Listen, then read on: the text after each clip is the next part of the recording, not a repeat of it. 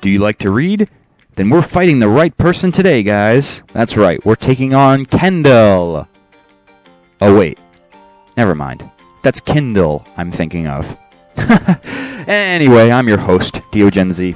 I love to read, by the way. And that's Kendell, not Kindle, not to be confused by my mashing of shitty intros. Couldn't think of anything more interesting for her name. Anyway, we're trying out the fire deck today, the basic fire theme deck. This is the first time I'm giving this a workout, so I do apologize if I totally fail.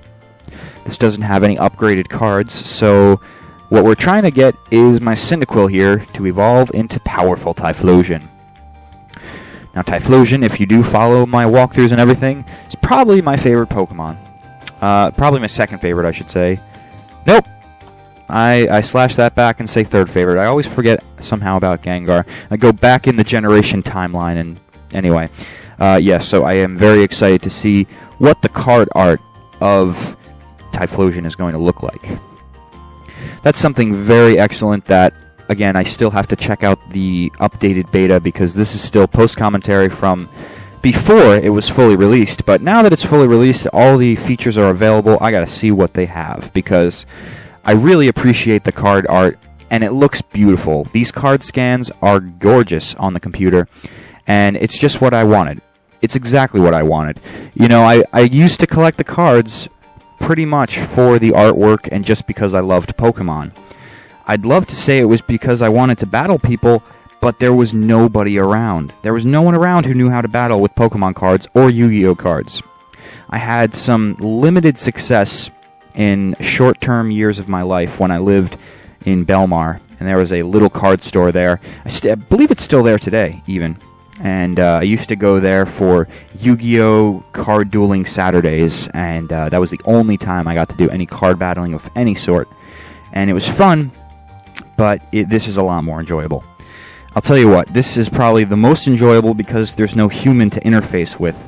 And it's funny, but you want to play with people, but sometimes you don't. You get a lot of people with card games, especially a lot of younger people who are just learning to read maybe, who like to argue with you at what the effect of a card is. Now, I don't know about you, but if a card says something direct, I don't know how you have much room to say that, oh, this ability also has the effect of burning. No. Dude, just because it's a fire type does not mean it has the ability of burning. Get over yourself. So, that's really what I love the best about this simulator, aside from the fact that the card scans are beautiful, and I get to see all the card artwork and my favorite Pokemon right in front of my face, but this interface is too easy to use. I love it. I shouldn't say too easy. It's perfectly easy, and it's if anyone is watching from the Pokemon Company, I'm enjoying the heck out of it. I am enjoying the heck out of this, and I think it's an excellent game. I really hope that they're planning to move forward into this and make it more than just a beta simulator. I'm very much hoping that they bring it into the DS or 3DS realm so we could have portable card gaming at any time. Because that's really the cool thing. That's probably the best part of Pokemon, if you think about it just in terms of overall as a franchise, what you could do with the creatures if they were real. If they were real, in theory, you'd be carrying them around on your belt loop or something, all 6 of your pals, adventuring as you go along through your life. And if you'd come across any opponents out there or make new friends who like to play Pokemon as well, you can whip them out and battle. That was probably the coolest thing about Pokemon was just there. They were your companions like that, 6 companions at your side, all very portable. And that's what the 3DS now does. That's extremely what the 3DS and any portable gaming system does. It's always on you. You're bringing it around because you're either trying to build up watts for challenges or play coins, whatever you want in the 3DS, or you're just bringing it around for enjoyment. But the point is, if you have your trading card game on you, you're set. And maybe you don't have your trading card game on you. Uh-oh, now what?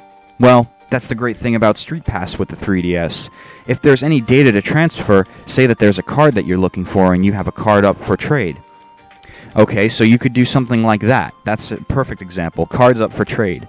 You could trade on the go via Street Pass with anyone that you happen to run into that might just have the card that you're looking for.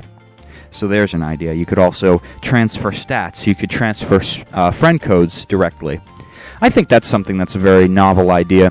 Transferring friend codes direct via Street Pass.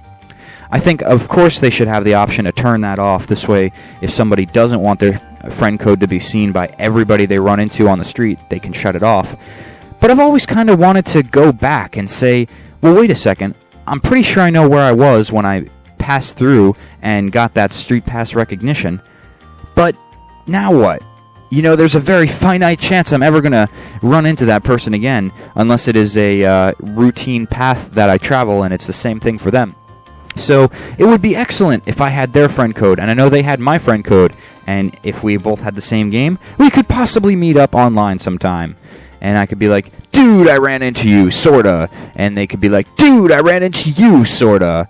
And it would be even cooler if they happen to watch my YouTube. Very unlikely circumstances. Anyway, I want a 3DS Pokemon trading card game. Simple as that.